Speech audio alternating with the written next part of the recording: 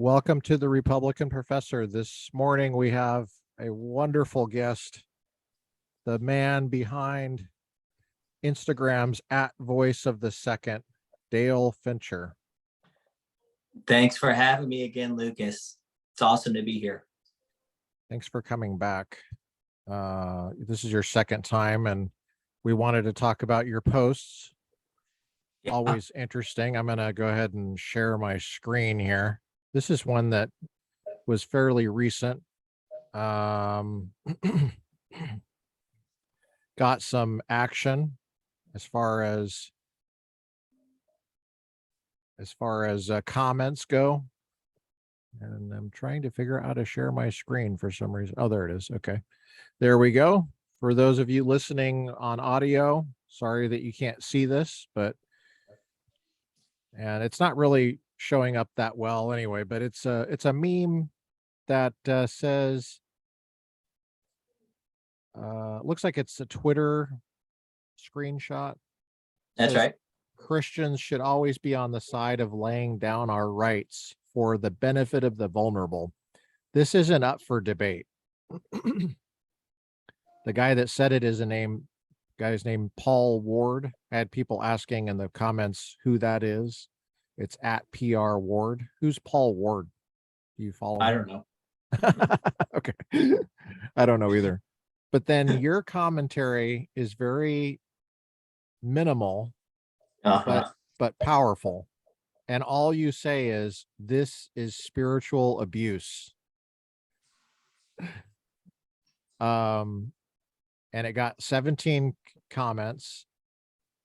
What do you mean by spiritual abuse? I love how you just lay it out there. It's like a brick. You just throw it. Yes. Well, you just lay it. I mean, it's not, you don't even have to throw it. It's just weighty, and you just, I just rested it on that like a giant yeah, paperweight. Even the meme is designed to be a paperweight. It's just sitting there. Well, it's probably important for your listeners to know that I worked within the world of spiritual abuse and helping spiritual abuse victims to recover for a long, long time. And then I myself was a victim of spiritual abuse. And spiritual abuse shows up and most people understand this when you start talking about it, in manipulative, shame-based organizations like churches and colleges, and it can be in other abusive ways in institutions. It's a subset of abuse in general. So when you talk about abuse in a home with domestic violence or anything, it's part of that whole thing where someone is trying to control and manipulate you and move you in a direction that is against your own humanity. And for spiritual abuse, it takes it the next level by saying, you need to do this not for me, but for God.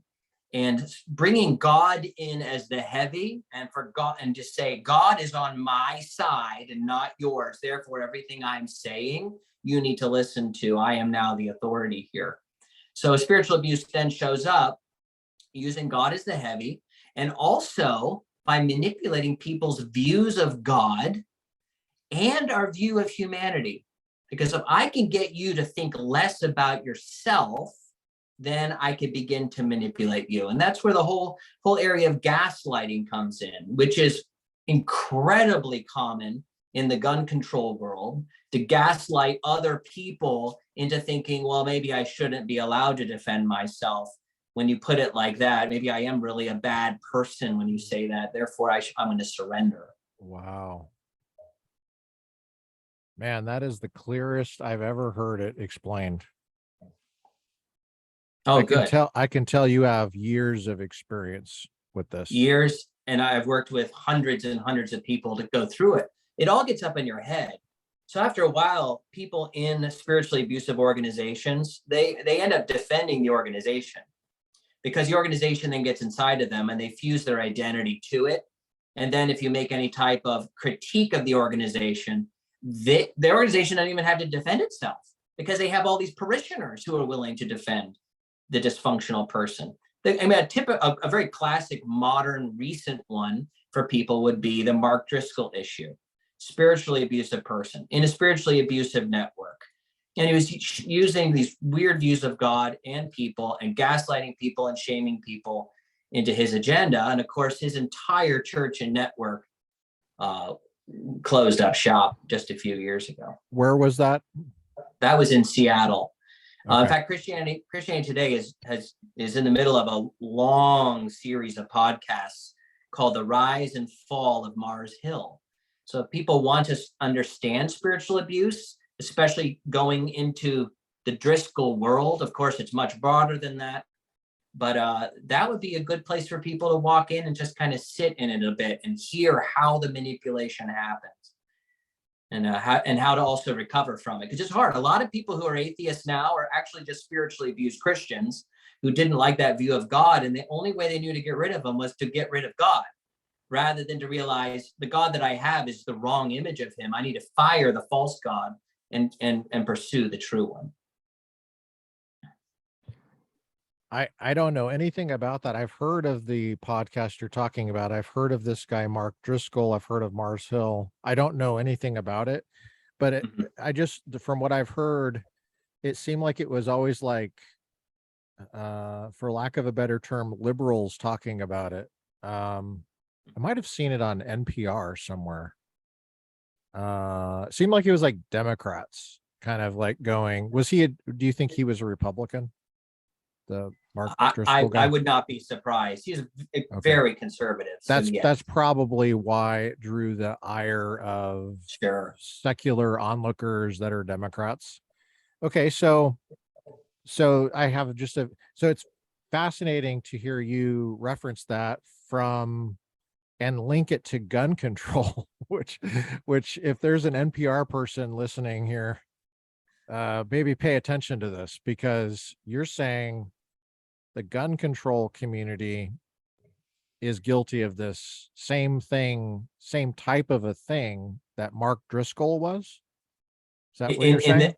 In the way that people are being shamed and gaslighted into a position that is incongruent with reason and natural rights and human flourishing. Yes. But you know that. Can you give me oh, sorry. Well, like you gave that great, in fact, you shared a meme recently that says you cannot believe a contradiction. Right.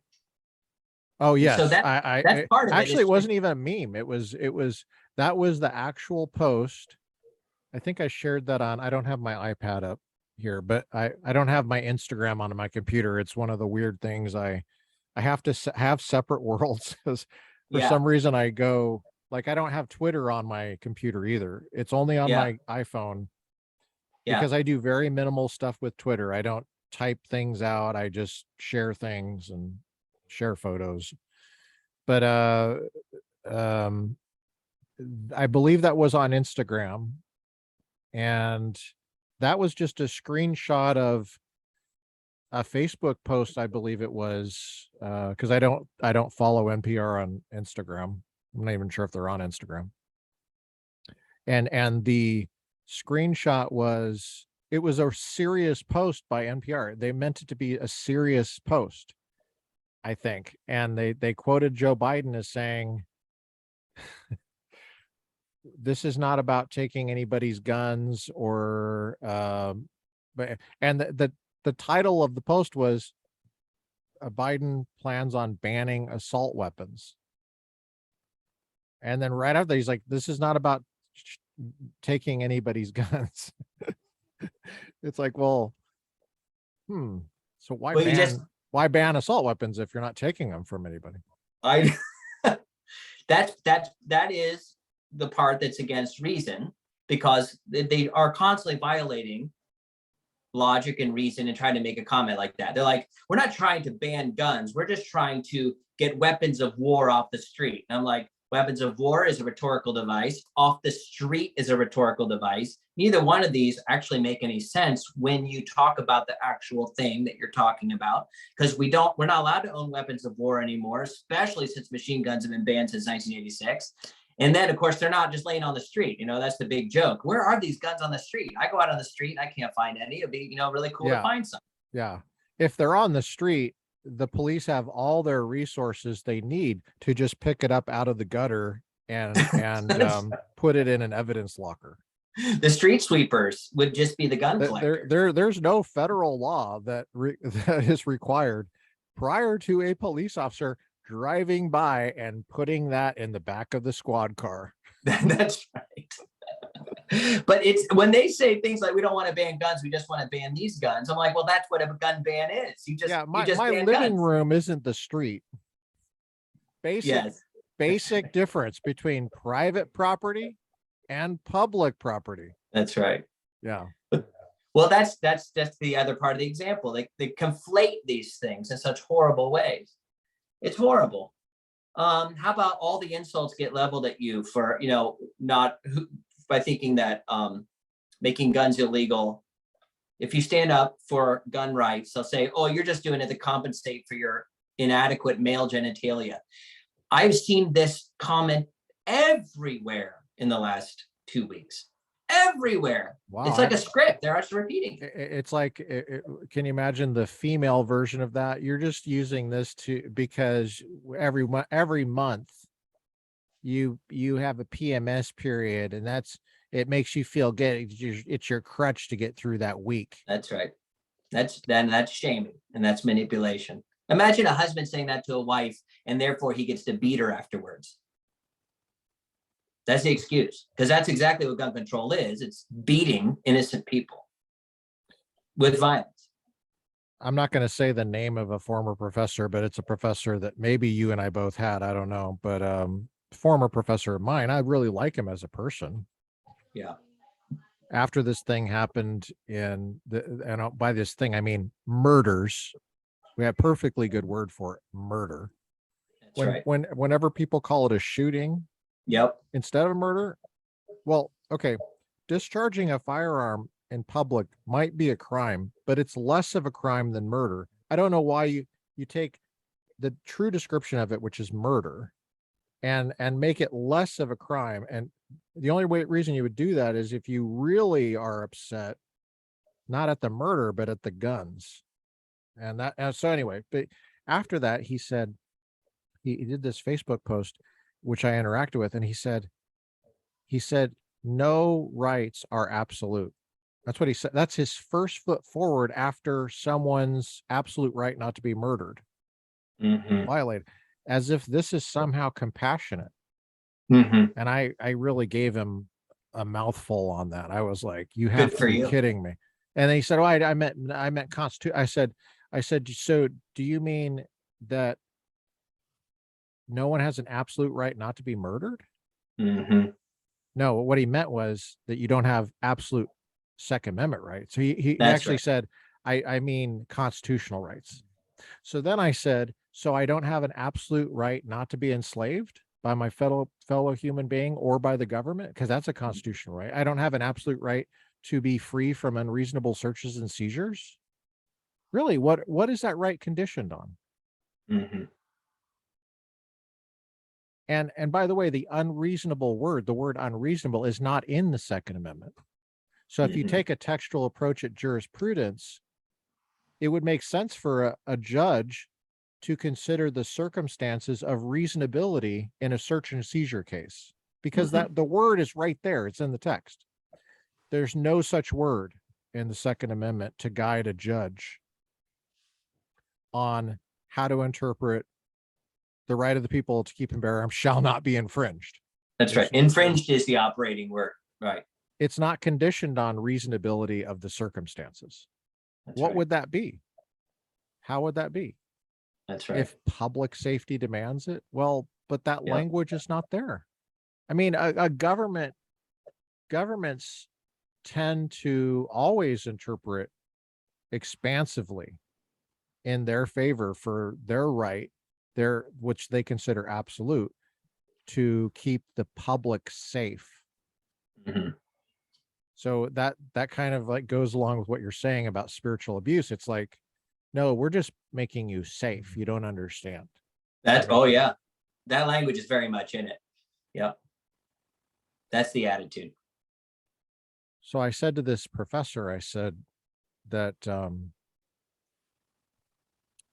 I said, the government does not have an absolute right to criminalize innocent conduct. In fact, the government has no right whatsoever to criminalize innocent conduct, which is exactly what this does. And that's why I don't like the language of some of the back and forth, even on our side, the Second Amendment side, and the other side. The language is mixed up. People on our side talk about gun rights. Well, guns don't have rights. People have I agree. rights. That's right. That's a rhetorical mistake. I agree.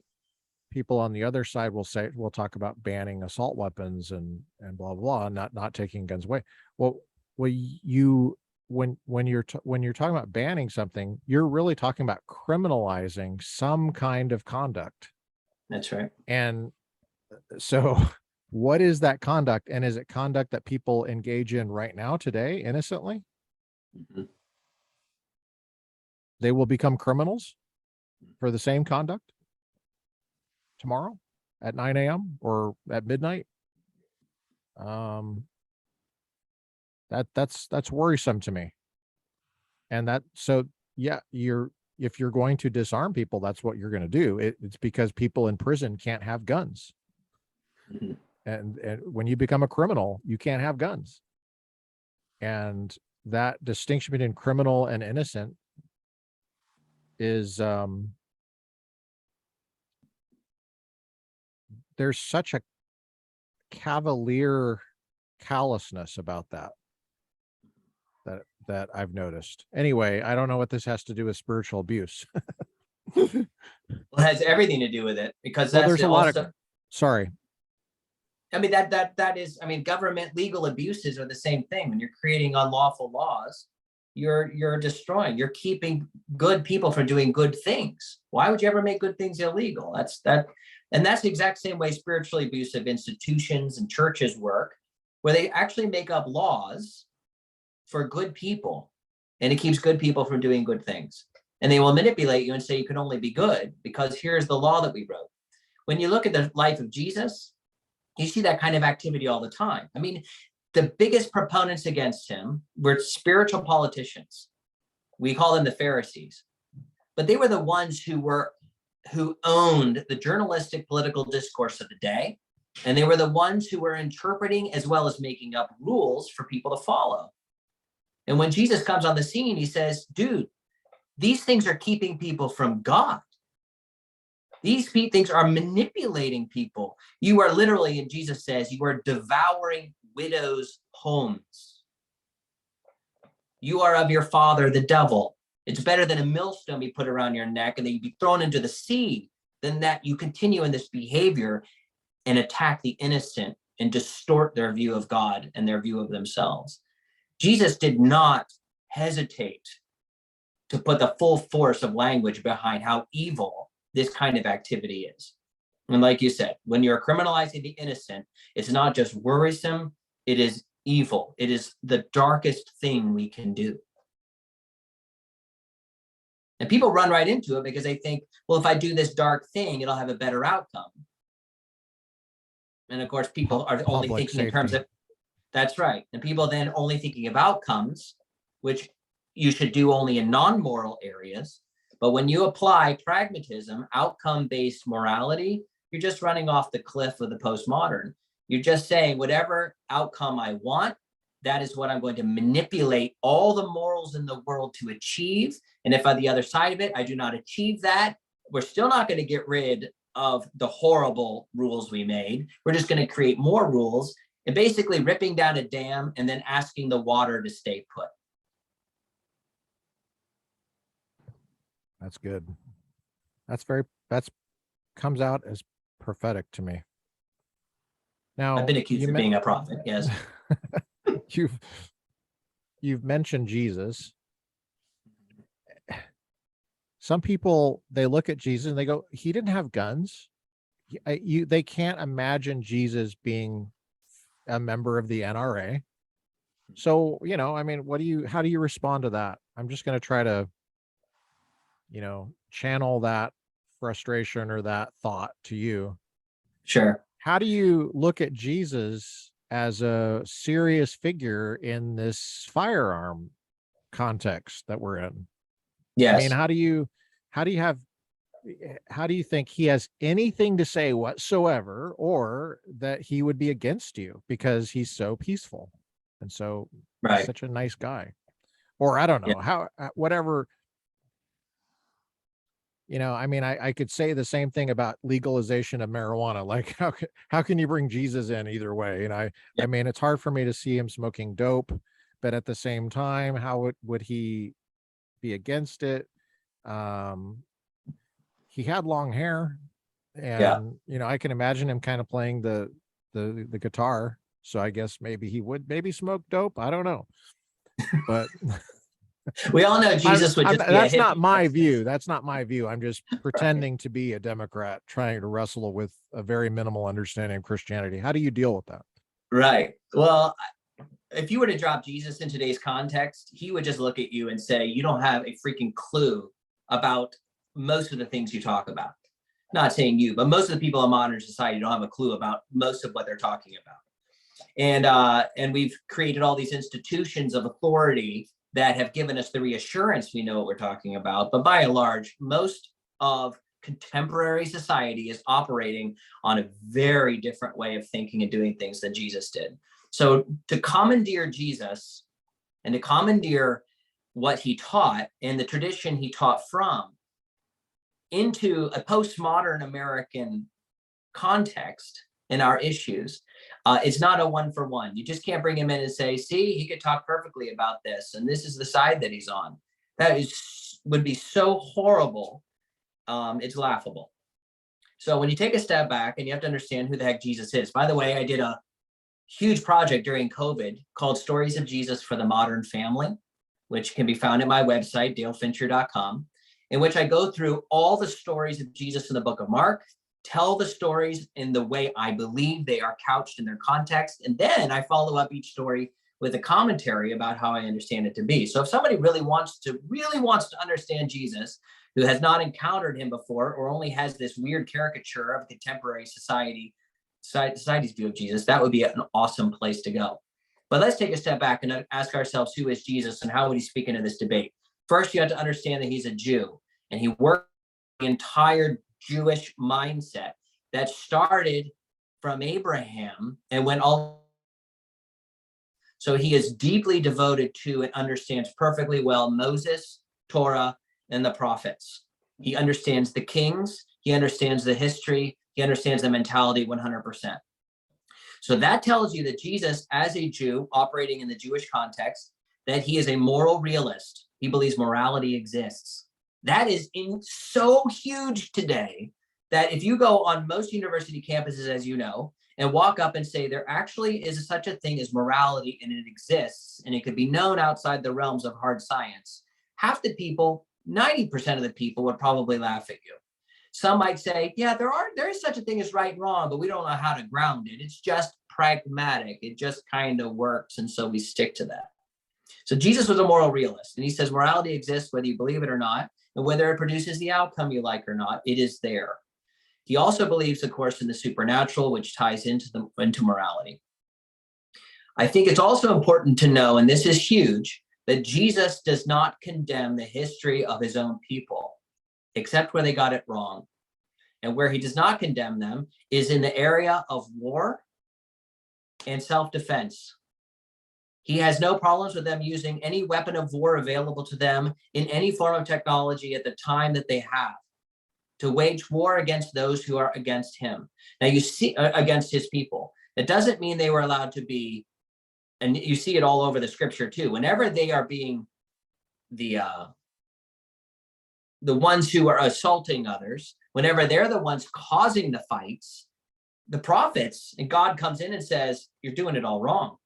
This is not the way we do it. In fact, whenever they go to war where they're on the offensive, they do goofy things like blow trumpets and march around a city and the walls come tumbling down. I find that to be fascinating. And sometimes God gives them the command to go into battle and to do stuff, but it's because of a larger context about what's coming in against them. Jesus does not deal with that at all. He has no problems at all. He is not a pacifist. He doesn't come anywhere close to being a pacifist. At one point, he even tells his disciples to go buy a sword, which sometimes gets overemphasized in the Second Amendment debate, but at least it's there. We see that Jesus has no problem with self-defense or the tools of defense. Why we see and interpret Jesus as being peaceful, and why he gets imported into that today, is because the Jewish people have a belief that when you are in enemy occupied territory, you do not come right out with the guns blazing. You use a strategy about how to work and move among a power that's larger than you for the betterment of your people and for the betterment of the people who are oppressing you. That is huge. So you see it during the Babylonian captivity. You have stories of Shadrach, Meshach, Abednego, Daniel, Esther, and you see it also in the time of Jesus. Rome is the one that's occupying Israel. How do we work under Roman occupation? Well, when a Roman comes to you and says, you need to do this, you walk the second mile, you give him your coat, you turn the other cheek. These are all strategies about how to move forward without a Roman, sticking his spear in your neck. This is how you move forward for the betterment of your people, to let the Romans know, we're not trying to cause problems among you. We actually want you to become better. And that's exactly what happened when they were in Babylon. And that was the strategy when they were under Roman occupation.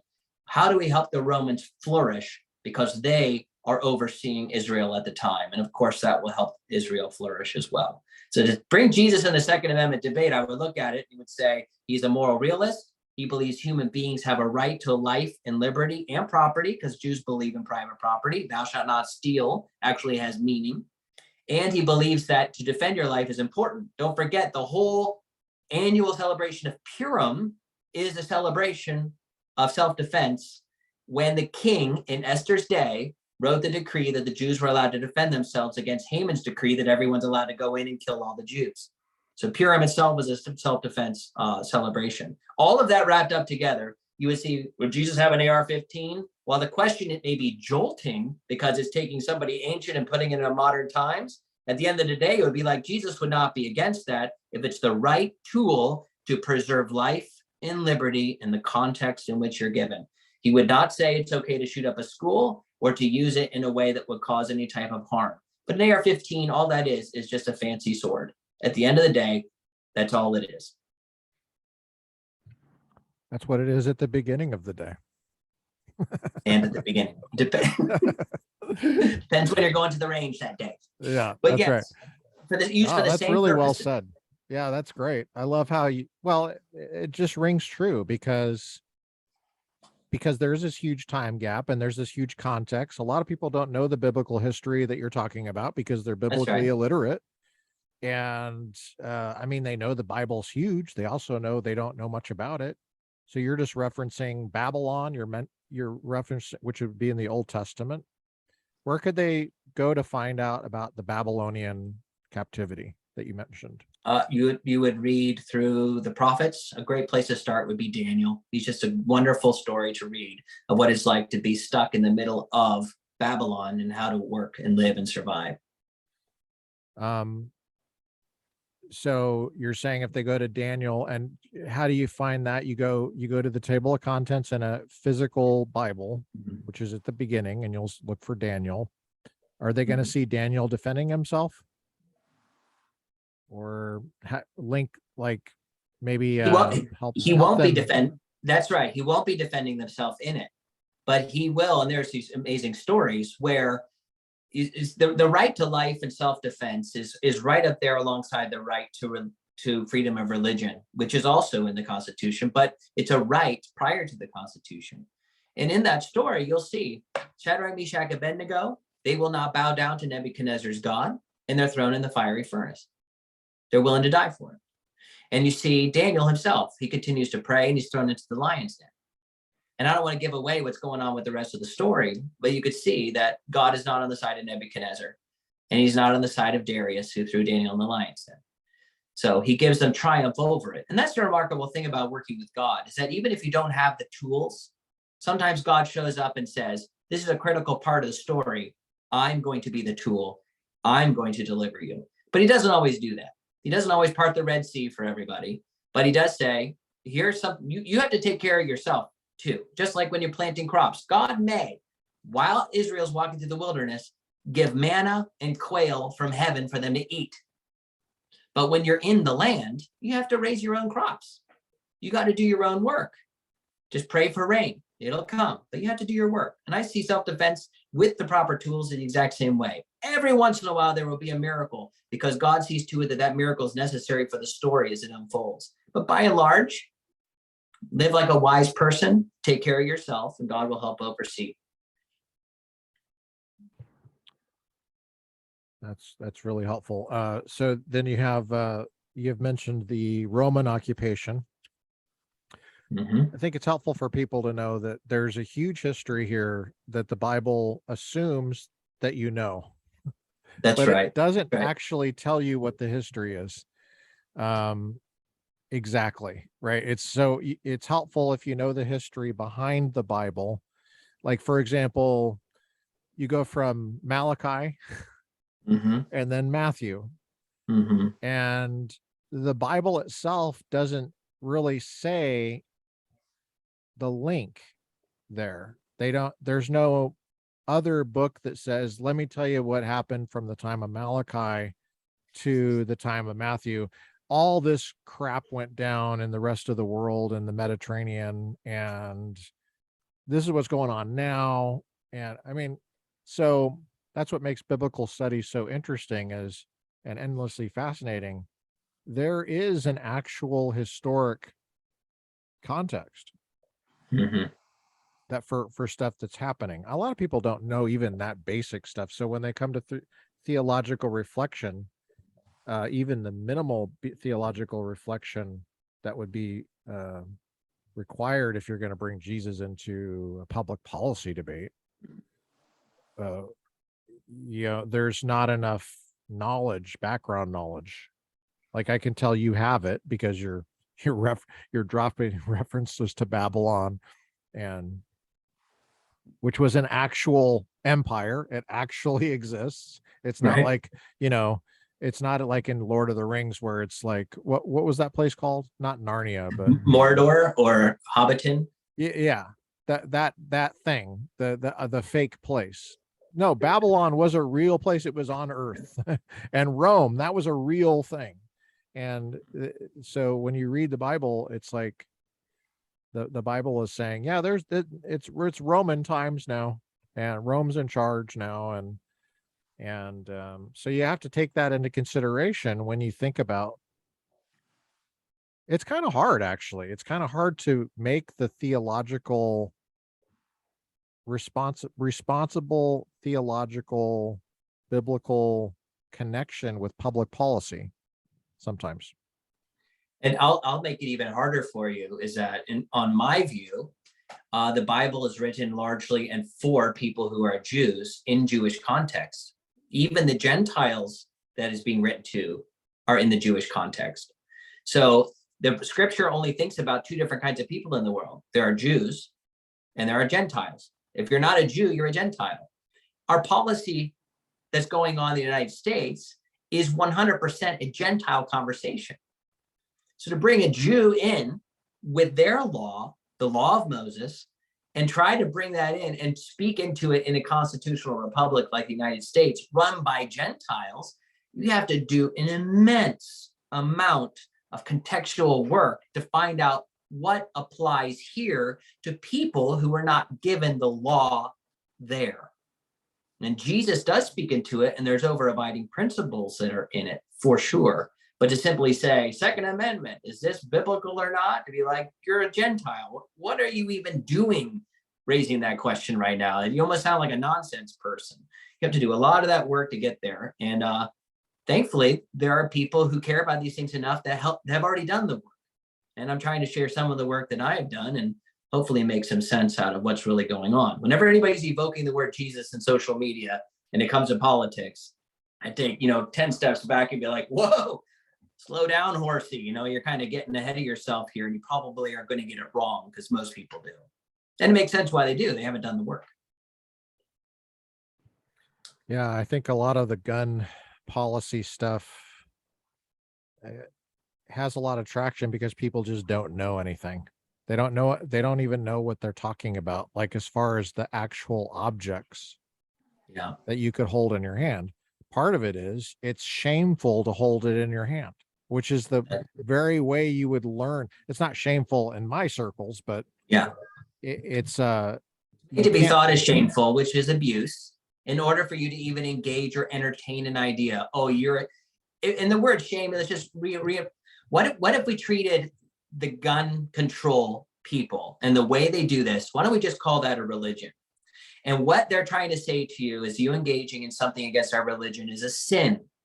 So that if you're stuck in that mentality, which is a spiritually abusive trap, why on earth would you ever consider going to the shooting range and learning about how to use guns if you've been told from the very beginning that to look at it, to touch it, to even consider it is a sin? You're a wicked person. You need to continue to stay in the fold over here, or else you're going to fall away and become a heretic. A lot of people just say, I won't do it. And that's why they feel that awkward feeling when they're looking at a firearm. They're like, oh no, it makes me afraid. I knew a Canadian once when I was talking to her, and I was talking to her about a firearm. We were looking at it and she started going into a panic attack. Literally. She couldn't breathe. I'm like, why can't you breathe? Wow. That's a firearm. It was a single shot rifle. It was a hunting rifle. It was like, it's a firearm. It's like, is that a real gun? And I look at that and be like, you were raised in a Canadian urban center. And the sentiments that have been surrounding you all this time is no different from a cult setting where you have grown up with the mentality that things are sinful and things are bad and things are dangerous when they're not. So what do you do with somebody that deep psychologically committed to a religion? It's really, really hard to move them out of it.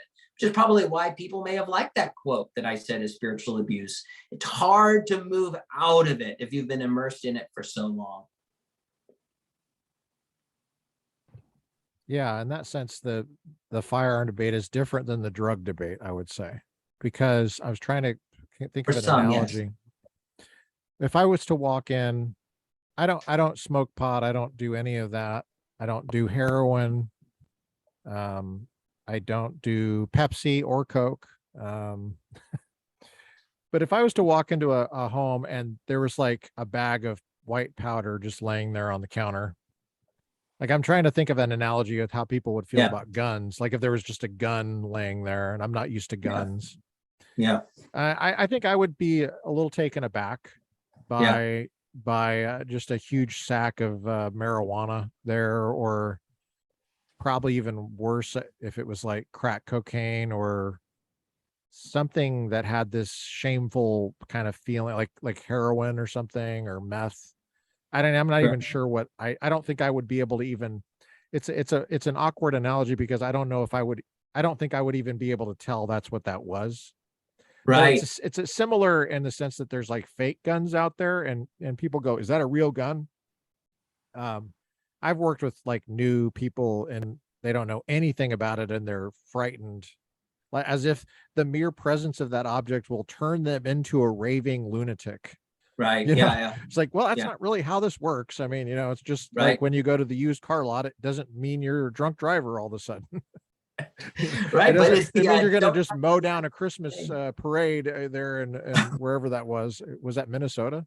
I can't remember. Where did that happen? That guy? I think it was Wisconsin. Wisconsin. I know what you're talking about. It sounds like a Wisconsin. It was a mass murder, right? With a car. SUV, right? Yeah. Drove through the crowd, the Christmas crowd. Yeah, I don't have shame looking at SUVs after that because I mean, because I know there's lawful innocent uses for that. But I think when you're creating these analogies, I remember when I was a teenager walking in and my friend's dad had pornography magazines on his table. And I remember even at the time. Did you say, is that a real pornography magazine? Are these mannequins? What's going on? But I remember even that was like, oh, that was shocking to me. Yeah, I had a similar experience. Yeah. And I think that a lot of people think that way about guns too. It'd be like, this will taint me. This will hurt me if I entertain it. And with porn, that's true. And it's actually exploiting and women drugs and drugs. It's exploiting people.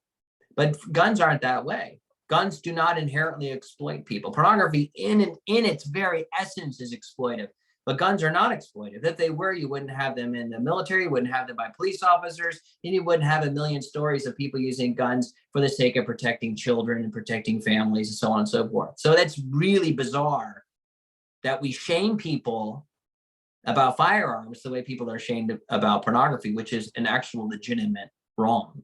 Mm-hmm. I think it's overkill because we know that kids can, be hurt. And, if you don't know how to operate, some people don't know how to operate it, or they should know, but they don't. But yeah, you're right. I mean, there's no legitimate use for pornography. There's no legitimate use for drugs. And this, I guess there's a medical use.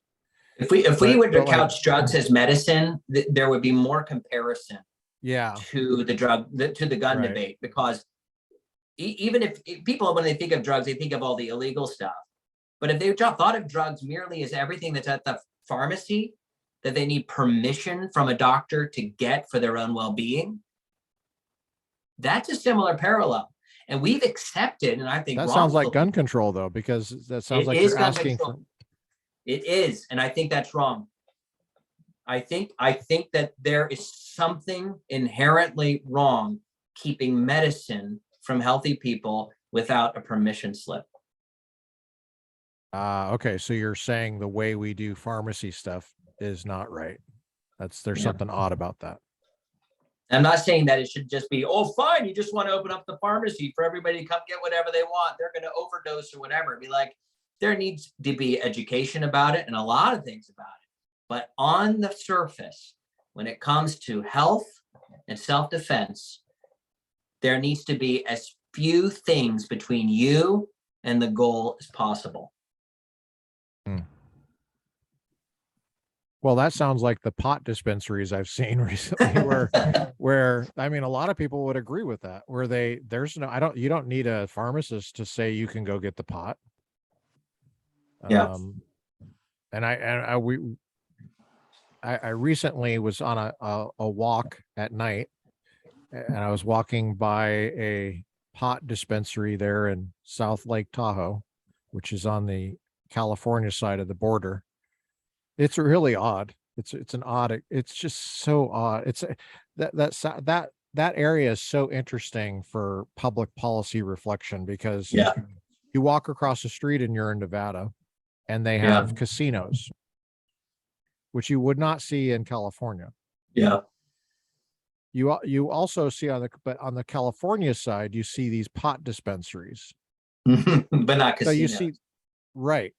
So you see these guys, and they were kids. I don't know how old, and I'm not saying they're all the same age. There's obviously someone that was older in the group, but they were waiting outside of the pot dispensary, and this kid came out, and immediately, I think he went 20 feet from the building, immediately lit up, and I walked right through that cloud. I mean, I was probably about 15 feet away, but it drifted over to me on the street,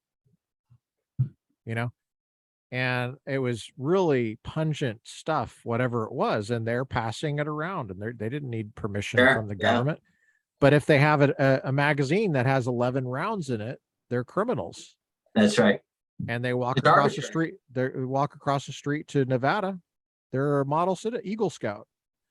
And, yet if they were to fire up that doobie in the lounge of the casino where they had live music and ashtrays on every table, that's what's interesting in these casinos is there's ashtrays on all of there are smoke-free sections, but there's ashtrays everywhere.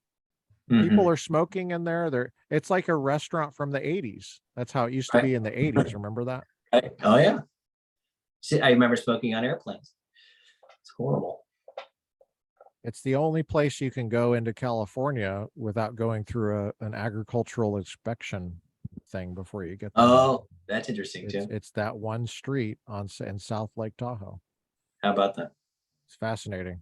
Well, on that whole thing, I would say, one, I think the drug debate being around marijuana is just immature, but it has a foothold in the conversation. So that's where people go. I think that it'd be great that if you have migraines, you shouldn't have to go get a permission slip to get your medicine, or if you need your insulin and all that. I really think it should be about medical freedom. Medical freedom should not be about marijuana and cocaine and opium and all these like things that are coming across the border and are really exploiting lives. It should really be about medical freedom in general. How do you release? How do we, and it might have to be incremental, but how do you release the controls? I mean, we've seen how badly pharmaceutical companies control our government. We see how much money is funneled and filtered through doctors who prescribe who knows what in order to get the kickbacks. There's so much corruption and administration and money being passed around because of the controls we have on medicine. I think that's a violation. I think if medicine is available, and medicine is something people can have. Now, if it's had to be, especially when it comes to so many things in nature, particularly, but across the board, if you can make it, if you can have it, I think it should be more easily available. You shouldn't need a permission slip. And I think firearms are the exact same way. What do you think of the, like you said, you mentioned earlier in this conversation about how machine guns are banned in 1986. Yeah. What do you think about that? How does that impact this conversation? Is that a legitimate regulation? I don't think it's legitimate, no. But it's part of the conversation because it's an example of a gun ban. When people say we don't want to ban guns, we just want to ban certain guns, I'm like, I get it. That's part of the game. Don't forget, all gun control organizations, the biggest ones today, like I think Brady itself, 1975, the name of their company was we want to ban all the handguns company. It was something along that. So they wanted to ban. It was Handgun Control Incorporated or Inc. or something. Yeah, something exactly. And they had to rebrand because they found out one. Well, Brady got shot in 1981 with Reagan. So then that's when they changed their name to Brady in order to create that emotional impact and connection. And they've been doing that kind of nonsense ever since. Let's find something that bad happened. We'll take that name and apply it to this over here. You know, they're writing bills now that are based on people's names of people who have been victims of crimes. And that's all part of the rhetorical analysis. It's not reason, it's rhetoric that they need in order to win. But it was reasonable, if you're going to be a gun controller and fight against natural rights, which is immoral, at least you had reason intact to fight against handguns, because the handguns are by and large, far and away, do far more violence than any other firearm. I mean, the rifles they want to ban commit fewer violence than baseball bats. I think they actually kill less people than staircases every year. It's phenomenal how little violence is done with the rifles they say they want to ban. So it's smart. If they're going to go after guns, go after handguns. Well, it turns out everybody has a handgun and they don't like that. So their strategy changed. How do we incrementally get rid of the scariest guns that are also the least owned? And we'll work our way backwards that way. And so that's why they're going after AR-15s and AK-47s. It's not because they function differently than any other hunting rifle. It's because they need to get over that hurdle so they can tighten the noose and work their way up. They already telegraphed their whole strategy. Yeah. We get it. But machine guns should not have been made illegal. Yeah. I think you're right about that broad picture. I would like to dial down into the machine gun thing a little bit more if you have energy. But before we do that, I just wanted to say I think they're going back after handguns. For sure. And the back door is high capacity magazines. So-called high capacity magazines. Yep. There was a thing I saw, I think it was yesterday on Instagram. It was a video. It's like a very short clip of less than a minute, maybe, of I believe it's a congressman in his own home on C-SPAN. Did you see that? Did you see that? Yeah. Yeah. So I'm just to describe it for people that didn't see it. I'm not sure the representative's name. I'm sorry. But he was showing different handguns and showing how the so-called 10-round non-high capacity 10 is not high, apparently, doesn't fit into the gun. And so the gun would be illegal. And there's no magazine that would fit. I mean, I'm sure that industry would come up with new magazines, but incidentally, I don't know if you noticed, but the bill that Nancy Pelosi was touting mistakenly defined high capacity as 10 rounds. Oh, So that was a gaffe. And then now that says a lot right there when they have to rewrite the bill for 1 round to make it so they don't piss too many people off. Because that's right, because it can't violate Massachusetts and New York and California. So they have to stick to whatever they've set as that number. And they just came up with 10 rounds for some reason. I don't know how they got 10 rounds. Right. I mean, a mass shooting is defined as what? It's a technical term, right? It's a mass shooting experience, mass murder. I think it's 4 or more have to die. 4. So it's not 3. It's not 5 or more. It's 4. I don't know how they came up with 4. But firearms, and most people know enough to say this, that a revolver typically has 6 rounds. You talk about these old Western revolvers, 6 shooters. That's pretty standard still. The technology's now allowed them to be smaller and have 5 rounds, right? That's still enough for a mass shooting. A revolver, a small revolver. And to your point, remember you said they were going after handguns. They were going after those revolvers a long time ago. Because they're so concealable. Yeah. Yep. But we're getting a little bit into the weeds, but I don't know how they move forward with 10 round. That can't be the goal. And in New York City, it's not 10. It's less than that. I think it's 7. Yeah, they made it 7. Yeah, but I don't know if that was found. I think maybe the 7 was struck down. Something in my memory says it was, but I can't recall. I do know that half the counties in New York said they don't enforce those laws. Maybe that's what it was. Yeah, I don't think it was struck down. Dale, how do you come up with your post? Do you have a recent post you want to talk about? How do you come up with your memes? Do you have a recent one? I just made one. I'm going to pull it up and see if I have anything that's recent. I like the spiritual abuse stuff you do. I think that's your real forte. Thank you. Like if you're going to go to a steakhouse, you're going to get steak, right? I mean, you can get lobster if you want, and it's probably going to be pretty good. But you're known for the steak, and your steak is spiritual abuse stuff and the interesting cultural and political connections you make. Yes. Well, here's one, but I do think it's good to unpack briefly that very first meme that you brought up for those who are still hanging on. Your audio cut out. Is that me or you? Nah, it's me. Okay. I'm sharing here. I was looking for your website so that I could show people. What did you say your website was again? DaleFincher.com. DaleFincher.com. There it is.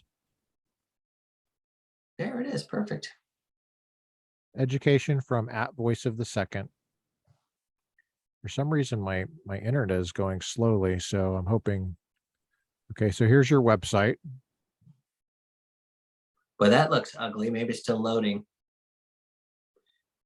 It might. You can go to posts. It might click on posts. Okay. Posts will take you to. So when I'm on Instagram, because Instagram loves to shadow ban and everything.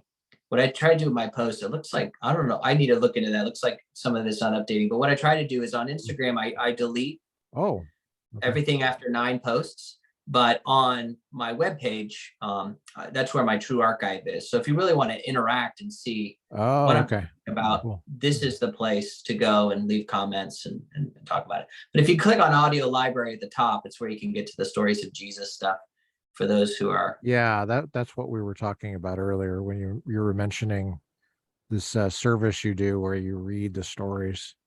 That's what you're doing, right? You're reading. I'm actually doing there it is, Stories of Jesus for the Modern Family. So if you Very click nice. on that, it'll open up a website over on Soundwise, and that's where everything's hosted. I actually do it's an oral interpretation technique called storytelling, in which you know and understand the story enough that then you put it in your own words, as if you're talking to a group of kids or a family or a meeting or whatever. Story, the way it was intended to be heard originally, as a story. Wow. Does Jesus want to heal people? That sounds interesting. There you go. If I click on that, I can play it. Oh, you got You have to sign sign up to access that track. Okay. Gotcha. There are some free ones on there, but you have to scroll down, I think. Okay. But whatever the case, there they are. There they go. It was highlighted in orange. Scroll up. There they are. I see. I see. Listen to those. So I can click that and hear it. You could, yep. And then the commentary, which is the side B. Awesome. Okay, so that's, you go to dalefincher.com and then Yep, and you click can on navigate all this. Awesome. That's really cool. It's a great idea. I was gonna pull up that meme again, but the Yes. meme Is it handy? I think it is. Let me go ahead and go to my Facebook here.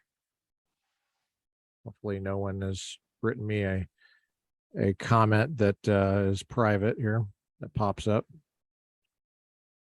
There we go. It was on my page here. I don't know why it's taking me so long to get down there. There it is. Here it is. There it is. This one right here. Yes. June 1st. This is You look at spiritual it, say abuse. Christians should always be on the side of laying down our rights for the benefit of the vulnerable. This isn't up for debate. Yeah. So there's different ways you can look at it. This is in the context of the gun rights conversation. To the best of my knowledge, that's what it is. Oh, okay. So first of all, that's actually helpful to know. Some people were asking who Paul Ward is. David Crowder's asking, what's the context? Someone said he's a moron. I don't know who he is, though. Yeah. No, I don't see any of the replies. Wonder. Apple Lady Craig says, who is defining our rights and vulnerable? What are those definitions? Questions. Yep. Someone says, I agree. It is spiritual abuse. Yep. Wow. Everybody's really kind of on board with this. We should execute our rights to protect the vulnerable. For this, that's right. No debate. That's right. Yeah, you're getting a lot of fan stuff, but then, so Kristen Hark says, who is Paul Ward? And I didn't know how to, I didn't have time to look him up. Right. I did not know the context. They could just go to Twitter where it was posted and they could read it. They could find it. Yeah. I mean, you just do basic stuff like that, but it's right there. I was too busy, but I had a sense that it was in the, what I love about your meme here is sometimes people take off the date timestamp. I don't like that. I think it's helpful to have it. You got to have the date timestamp so that you know a little bit about the context. At least you know where to find it. Exactly. And see what other people are saying. Yep, exactly. So is this somebody that you follow on Twitter or? No, I don't. I actually saw somebody else post this and I was like, oh, I'm curious. And I went to Twitter myself, looked at what was going on and screenshotted it. So were the comments and stuff, were they about gun control? Do you think it was about that? Okay. Yep. So is this guy a Christian? People are going both ways. Yep. Yeah, he's a Christian, to the best of my knowledge. Yep. Okay. So the idea of what is rights, what's vulnerable, those are the operative terms in this. And how you define them determines everything. And but most people, sadly, so many people don't, I can't say most, but I want to say too many people don't know what a right is, especially about natural rights. Now we have legal rights, we have constitutional rights, we have natural rights, we have human rights. These are all like different things, and you know that. But natural rights, which is what we're talking about here, are the moral boundaries around a person. When people talk about having boundaries, which there are many books written about that we're talking about rights. You can't just come in and take things from me. You can't just overstep my will. You can't enslave me. And you can't take my tools of self-defense either. Those are all natural rights. We're born with them. They're given by God. Nobody can take them away, not even politicians. They can stop protecting them, but your rights never go away. Natural rights cannot 100% in any way be separated from you. It just becomes immoral when people try to do that, which is why I think our politicians are immoral who promote gun bans. So looking at this, you say, Christians have to lay down your rights. You're like, lay down your moral boundaries. It's like we had to learn that we had moral boundaries. Anybody that grew up in an abusive or shame-based family knows I had to work to grow to understand moral boundaries. As a matter of fact, many people are vulnerable because they do not have moral boundaries. Their moral boundaries were not respected. So it's really bizarre to say you have to lay down a right for the benefit of the vulnerable, because it is laying down your right that makes you vulnerable. In fact, you can't even lay it down. You still have it. Now, you could choose not to exercise it, but you cannot actually lay down a God-given right. It is yours from birth and yours till death. It cannot be laid down or taken away. You could just choose not to exercise it. So I might, for example, have a right to pass down the sidewalk. And somebody might say, well, okay, but there's a disabled person or somebody who doesn't walk well. You don't have a right to bump into them while you're walking down the sidewalk. And I would say you're right, because they also have rights to not be bumped into. And my right to walk down the sidewalk did not include my right to bump into people. That's not right. Yeah. So it's kind of like saying you have a right to self-defense, but you don't have a right to shoot people at random. Right. Be like, yeah, you're exactly right. A firearm never gives you a right to murder, ever. More than your fists give you a right to murder. This is nonsense. Right. So when they start the driving analogy is interesting too, because you have a right to go to work doesn't mean you have a right to run over the old lady that's crossing the street. That's right. Exactly. So it just becomes a nonsense phrase. But notice what he says at the end. He's going to shut everybody's mouths from speaking up. This isn't up for debate. So Paul Ward is acting like dad, that telling the last part 3-year-old that he can't have candy, And it's just kind of like, no, you are doing this all wrong in order to accomplish whatever goal you think you need to accomplish, which would probably be the Second Amendment cannot be followed. In other words, we have to make more people vulnerable, take away the rights of the vulnerable. And by the way, you're not allowed to talk about it. Yeah, the not being allowed to talk about it is probably the worst thing I think about this, because if it was error, and look, I say stupid things, right? I said a stupid thing once back when I was 11. I just said another stupid thing just now, right? Because I'm a human being. I say stupid things. We say dumb things. You can walk it back in dialogue. Someone can point out to you what you said and how it needs to be altered or rethought. And that's right. What it means. And when you say it's not up for debate, the way I interpret that is I'm not going to listen to you if you disagree with me. Sure. Yeah. And nobody should, actually. And in fact, I would censor you if I could. Yeah, that's right. Now, as an offshoot of this thing, is a lot of people think that if they have a Second Amendment right, or I should say a right to self-defense, that means they are required to use it. And I hear a lot of people say that, where they're like, well, I don't want to have a gun. It sounds like you're telling me I have to have a firearm now. And the answer is you have a right to have a firearm. And because you have that right, you also have the right to not exercise it. So you could be a pacifist if you wish. You could be perfectly defenseless. You could be the person that allows people to come in and rob everything in your house, and you just stand to the side and say, have a great day. You have a right to allow people steal things from you. You have a right to a whole heck of a lot of bad choices.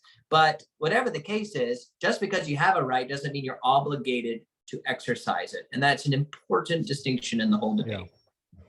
Well, we see the Apostle Paul doing that in Acts, where he could have done some things that would have had a different effect, and he didn't do it because he was a Roman citizen. There was a time where he could have escaped prison. He didn't, because he knew the guard would be killed. Right. Yeah, so it's interesting. It's a good point. What do you makes me think of the so-called controversy over stand your ground laws when you were talking about That's right. walking by. Exactly. There's a book called God, Guns in America by Mike Austin, who also went to Biola. He's a Oh, graduate of a Biola Talbot philosophy program. He teaches philosophy. He went to Boulder to get a PhD. He's on the wrong side on this gun debate. He's on the Democrat side. He all of his policy proposals, he hates stand your ground laws. He thinks they're mhm, racist, I mhm. think. Um, and what do you think about stand your ground laws? Well, I think that if you're being assaulted, the first thing that you need to be allowed to do is assess the situation and figure out how to get out of it.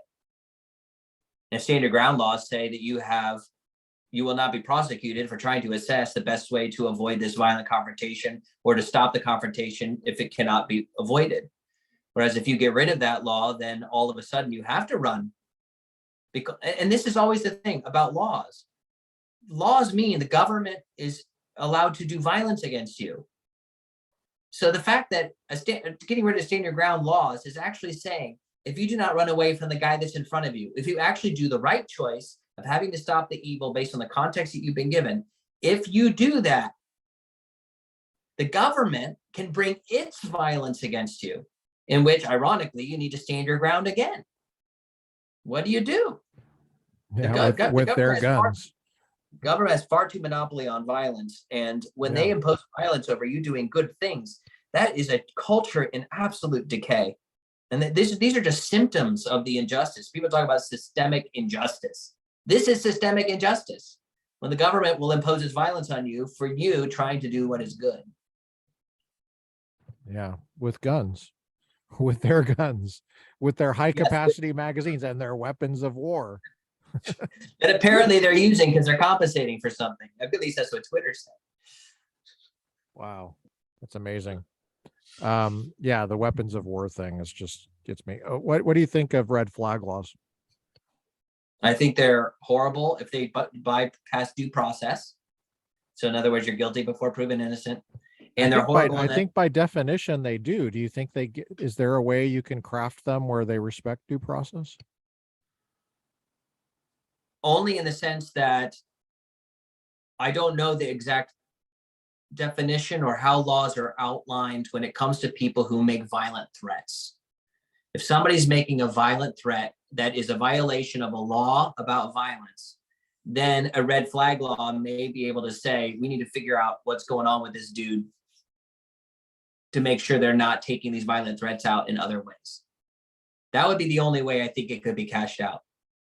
But that itself has to have a due process. Have they made the violent threats first? We need to make sure they're guilty of that. Where I see red flag laws in their two horrible forms. One, they're easily abused.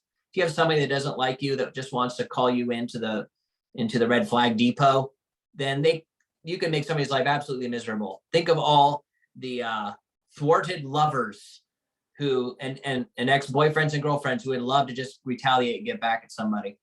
But the other side of it too is it's actually putting in place a legal system in which you can rat on anybody for anything.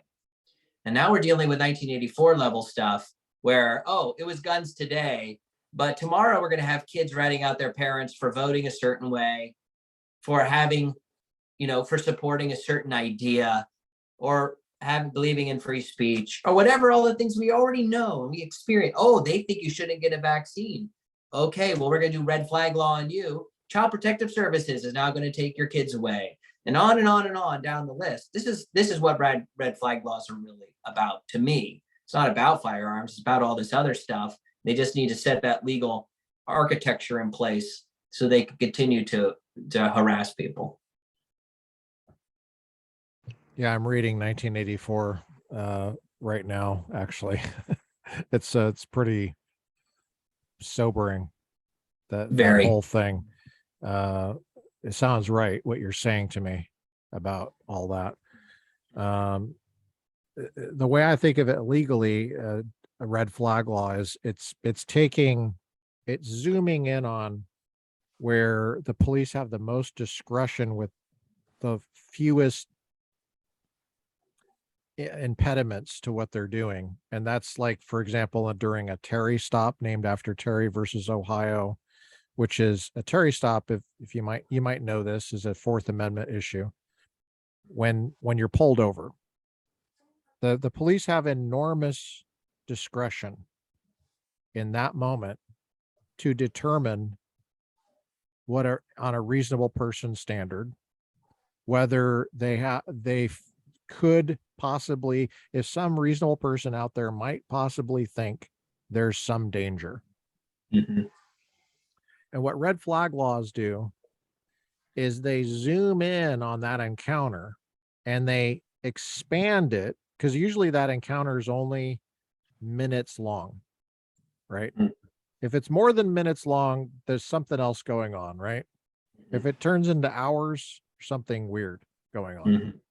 Either you're driving a truck that can't be searched, or what, but usually it's a minutes encounter, right? And there's a simple search for weapons that a reasonable person might think could possibly endanger the life of the officer, right? Terry versus Ohio said that the officer shouldn't have to choose between his own life and enforcing a traffic or enforcing the law, right? Mm-hmm. It's pretty reasonable. It's reasonable. It's the lowest standard is reasonableness, right? That's the lowest standard of review, is what someone might out there think is reasonable for safety. Well, when you take those minutes and you expand it to 30 days, basically what you have is a detention, because in a Terry stop, you are detained by the police lawfully. Mm-hmm. So your rights, your ordinary rights are suspended for that moment. You don't have the liberty to go about your day. You don't have the liberty to defend yourself Mm-hmm. against a violent encounter, Mm-hmm. in a normal way of, because the police have enormous discretion. So I think that the way I'm thinking of a red flag law is it's taking that police power that's relatively uncontroversial,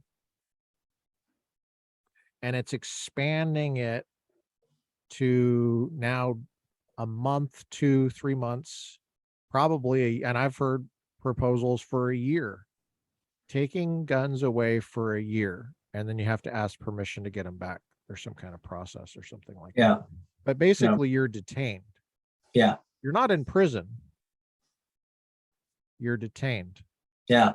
That's a good distinction. That's what they're trying to get, like the due process thing. There's a process you have to understand, but people only live so long. I mean, if I lived 1,000 years, I might think that's not a big deal, but in the ordinary lifespan, a year is actually kind of a big deal.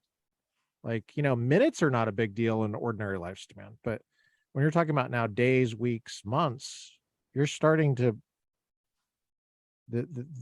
I think that's where the debate is. Huh. What do you think about that? Well, I think that's important to put the amount of detention that you have, how long that is. I mean, that's incredible. But I thought of, and I've heard people talk about this other area of red flags that are so damning, is that what if you are the abuser wanting to hurt this other person and you red flag them?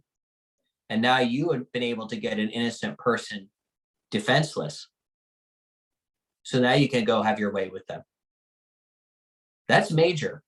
So what are the ramifications for the government when they take away self-defense tools, which is in many ways taking away their ability to defend themselves at all? What do you do with the government who takes it away from an innocent person and harm comes to that innocent person?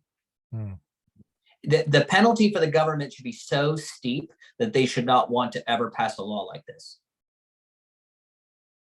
Yeah, but because of qualified immunity, they're usually immune from any kind of legal liability. So why are Democrats why can't they make that connection? I don't understand. I mean, like, they've never had, with all the promiscuity on the Democrat side, they've they know what it's like to have conflict over things like sexual harassment and I would think their first, if they're so concerned about racism, I would think that that would be the first thing they would mention, because I thought, isn't white supremacy the most That's right. deeply feared thing? So what about all the white supremacists that red flag these minorities that they hate? Exactly. What about that? Do you think they actually why is that care not about, in the conversation? I honestly, I want to say there's a difference between the people who are really committed to this and then the pedestrian Democrat who doesn't pay attention to what their party's actually doing. I think there's a lot of good people out there who really need to wake up and start facing what it is they've been throwing their power behind and surrendering themselves to. But to the Democrats that are really diehard into this, I don't think they're thinking about any of that because they don't care about that. If they did, then reason would be riding in on its white horse and saying, hold up, I thought you were standing up for LGBTQ plus and they are so vulnerable and oppressed. Why on earth would you allow anybody red flag any of the people you're trying to protect? I honestly think think they just assume that there's no gay person out there that would want a gun for self-defense.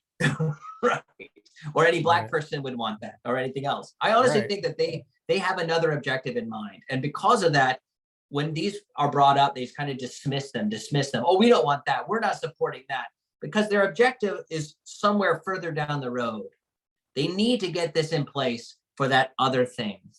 And that's whenever reason doesn't show up, everybody should say, hold up the brakes. This conversation is done. We're not voting for anything because you don't want to have the bigger conversation about the abuses that will take place and the due process that nobody gets to have. I pointed this out with the red flag issue, Mike Austin's book, or not the red flag issue, but the stand your ground issue, which is, Yeah. why would you, turning the race issue on its head here with stand your ground laws, why would you support a law that makes it a crime for a victimized black person not to run away? Yeah. Why would you make it a duty? Said another way is, why would you create out of nothing a brand new duty, a legal duty on the black person that's a victim of attack? Yeah. I mean, they're already a victim. When you're a victim, you're busy being a victim. You know, you're traumatized, you got trauma, you have milliseconds to decide what it is you need to do to save yourself. Yeah. This is not armchair reflection. This is like you're trying to deal with something and you have obviously the trauma. Now you're adding another source of trauma, which is a criminalization of innocent conduct, which is just standing there. Since when is standing there a criminal offense? When you're a victim. Mm-hmm. And now, see, there's the thing that Mike Austin doesn't get. Prosecutorial discretion. It's a thing. Yeah. The prosecutor doesn't have to bring charges. There's no law that says you must bring charges. That's why prosecutors typically stand for election, and sheriffs too. Mm-hmm. Because it's ultimately political. Mm-hmm. You know, the people decide, oh, we don't like that you didn't charge that guy with murder. You're out. Or you didn't try hard enough to get that guy convicted. You're out. Mm-hmm. Mm-hmm. It's a we have this issue in Los Angeles County with the DA there. He doesn't want to prosecute people for things that should be prosecuted. But the discretion there means there's no oversight legally. He has immunity. He has immunity from lawsuits. There's no oversight of whether, if he brings charges against a black person but not a white person, because it's discretion. That's what discretion means. Mm-hmm. So the black person doesn't run away, bring charges. The white person doesn't run away, prosecutorial discretion, made sense, totality of circumstances. We're not going to use the resources of the DA to go after that person. And it's only the stand your ground laws that take that discretion away. the possible discretion away. That's why I don't like may issue regimes with concealed carry. It's That's too right. much discretion. The sheriff, I don't like your tie. I don't like your haircut. I don't like that tattoo. I don't like that. Well, the sheriff could say, I don't like that you're black. Maybe it's not said that way. It's not said like, I don't like your dreadlocks and you look like a gangbanger. It's not said that way. Mhm. It doesn't have to be said at all. It would be said a different way. It would be said, you don't have good moral character, some vague Mhm. thing like that. And that's all they need to deny. They don't have, there's no oversight. You can't sue them because Mhm. it's good cause is totally up to the discretion of the issuing officer, as opposed to a shall issue regime. And so anyway, we got Christians on the wrong side of this issue, and that's what I'm trying to. They haven't, honestly, I don't think it's because they thought about it. I mean, if you put anybody in that situation, you're about to be assailed. Are you thinking, or are you required to think in the back of your head, wait a second, can I stand my ground right now in order to survive? Or do I have to show that I tried to run away? Because the law, I'm so dang afraid of my government. I'm more afraid of them than even this bad guy who's coming at me with his two friends and sharp objects. I kind of don't, I think it came down to it. The government really is scarier than these guys. So I'm just going to go ahead and let them stab me as I'm running away. That sounds like it. No, the reality of it is, that is abuse, right? That is an abusive situation, what you just mentioned. huge. But at the end of the day, this is the way, and the beginning of the day, this is what people do. If you're in a bad situation, you're going to use your best judgment to address it and let the chips fall where they fall. Because when it comes down to protecting my life for the sake of my kids, if I'm by myself and I was single and everything, I'd be like, you know what? I might have a few seconds here to navigate this. I might be able to run super fast, but when I'm coming down to protecting my life and my kids and my wife, I'm going to do whatever is necessary in that moment to expeditiously make us safe. And then if the government doesn't like it, the government has to deal with it. I mean, yeah, and that's a big enough job. What you just said, that's a big enough put me in job. prison for my kids' sake. I don't care at the end of the day. It's like in the beginning. It or doesn't at matter. noon, Or at noon. If my kids at lunchtime. at lunchtime, if my kids are alive and their dad had to go to prison for keeping them alive, that's a sacrifice I'm willing to make. That's what good people do. That is a moral choice. But the law, You shouldn't be in prison for it then. no, the law is immoral, and those who would execute it are deeply immoral. And again, we're back to the systemic injustice, and we're back to a system in because we're not thinking in terms of morals anymore. We're just thinking in terms of the outcome that I somehow wished it up, and it's always going to arrive at that conclusion. The best, surest way to good outcomes is to follow what is true and good and moral. That is the surest, closest guarantee you can ever get to good outcomes. We do it backwards in our society by manipulating our morals to somehow craft an outcome that we conjured up in our imagination. If we could get Mike Austin on here, would you read his book and be a participant in a call with him that we would broadcast? We can have a conversation for sure. I'd read it if he's willing to do it. And I probably wouldn't treat it like a debate as much as a let's have a conversation about it. Because there may be things I would like to know where his reasoning fits with a moral realist view of the universe. I would like to know that. And I think that's an important thing to look at. I think he would say he's a moral realist. So it would be very interesting. I know he's pro-life. So, I mean, he's kind of a mixed bag on that. The way I assess him is that, and folks like him, like this other professor I was mentioning, is that, well, I guess it's not really relevant what my personal thought is on that. I mean, I'll say it. It's just, I just think that they don't like guns. I think it's simple as that. They don't like, it'd be like if I had something against cars or something, or motorcycles or something like that. It's not a perfect analogy, but Well, are they against standing your ground for any type of self-defense? I mean, let's say guns don't even exist in the universe. Yeah, There's 1500s. Would stand your ground still apply? To 1500s, all you got is a sword, maybe a pike. You're just like walking around going, "Oh my goodness, I just got ambushed. Do I have to fight my way out of this?" That's a good question. Yeah, I don't know what he would say to that. I invited him on a while back, and he declined. I don't know how to interpret him. To me, I'm not sure if he's truthful, because the reason he gave me didn't make sense to me. He defriended me on Facebook after he found out I was a Republican, and I'm not sure if, I just think he doesn't like me, and so that's why I'm interpreting that. He friended me and then defriended me almost immediately, and I'm so used to being mistreated by Democrats. I'm so used to that that was my immediate assumption.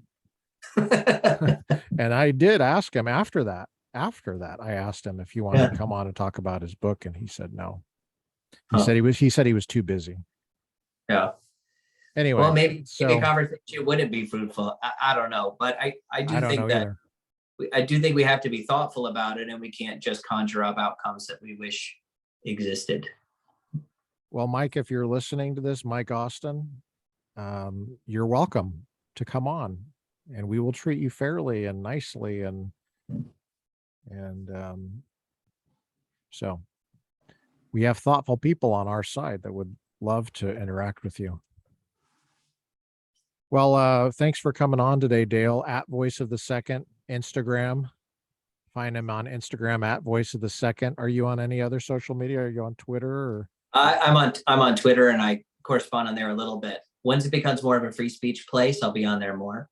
But my website, dalefincher.com, and my wife and I, Jonalyn, we started a podcast a few months ago that is just conversations between ourselves over the kitchen table. So that one's called Back Porch with Dale and Jonalyn.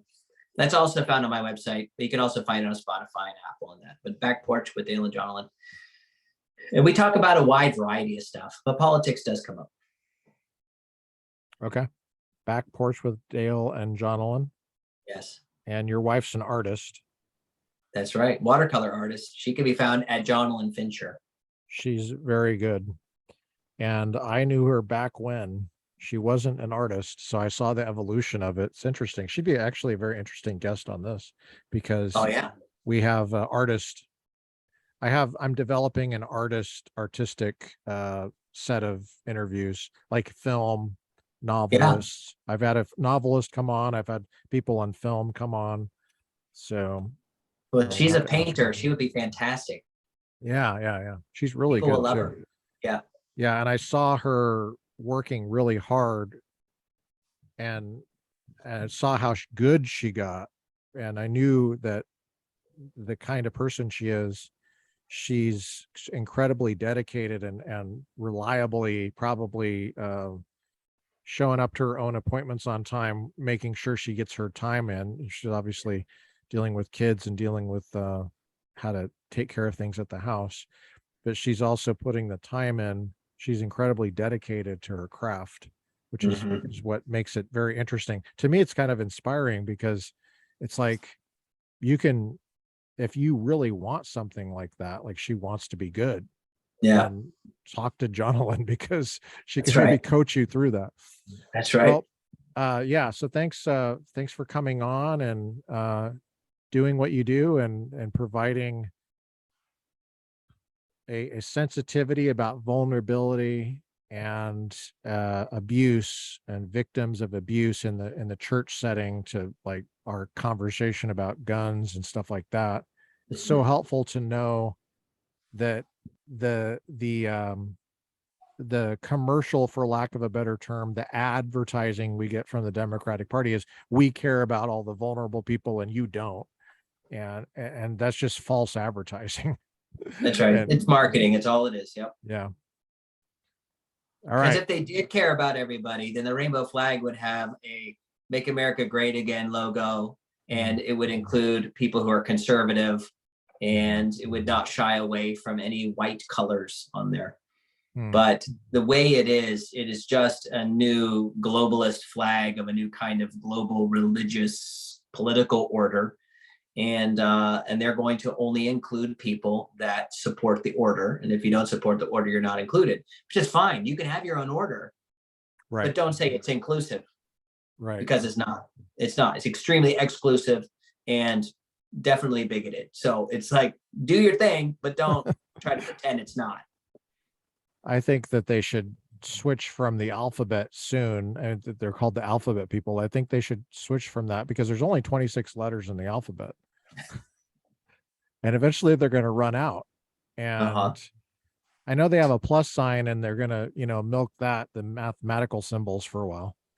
But I think they should just switch to Chinese characters. That's my thought. If you're on the BLT